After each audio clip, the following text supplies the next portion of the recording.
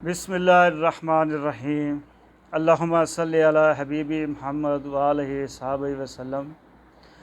नाज़रीन, जो आज मैं नुस्ख़ा आपको बताने जा रहा हूँ, सबसे ज़्यादा नुस्ख़ा मेरे मतलब पे यही चलता है और सबसे ज़्यादा सवाल भी इसी टाइमिंग के और इमसाक के बारे में पूछा जाता है।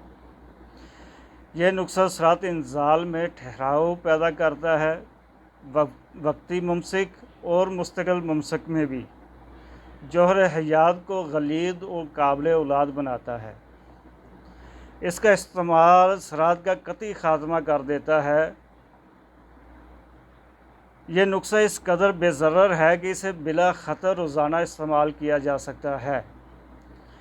इसकी पहली ही खुराक के बाद पहली ही रात नुमायाँ फ़र्क महसूस होता है। यानी ये बात हो रही है वो टाइमिंग जो इमसाक, कुदरती इमसाक जो पैदा करने के लिए होता है।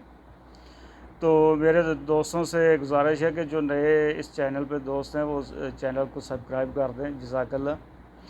तो नुस्ख़ा ये है कि आपने 1 तोला शिंगरफ लेना है, 1 तोला लुबान लेना है, लिखते जाएं साथ में, 1 तोला कफूर लेना है, 1 तोला अफ़्यून लेनी है आपने, ठीक है। ये 4 अज्ज़ा पर मुश्तमिल है।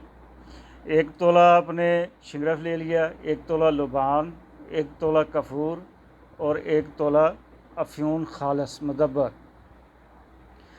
पहले शिंगरफ को खूब पीस लें, हत्ता कि इसकी जो चमक होती है ना वो ख़त्म हो जाए, इतना आपने उसको पीसना है, डंडे के साथ कूटना है।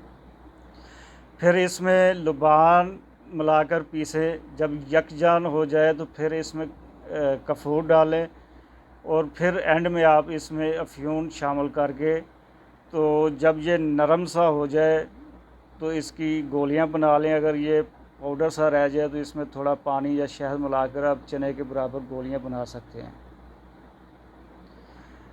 तो ये बहुत ही शानदार इमसाक के लिए नुस्ख़ा है और इसका कोई साइड इफ़ेक्ट नहीं है।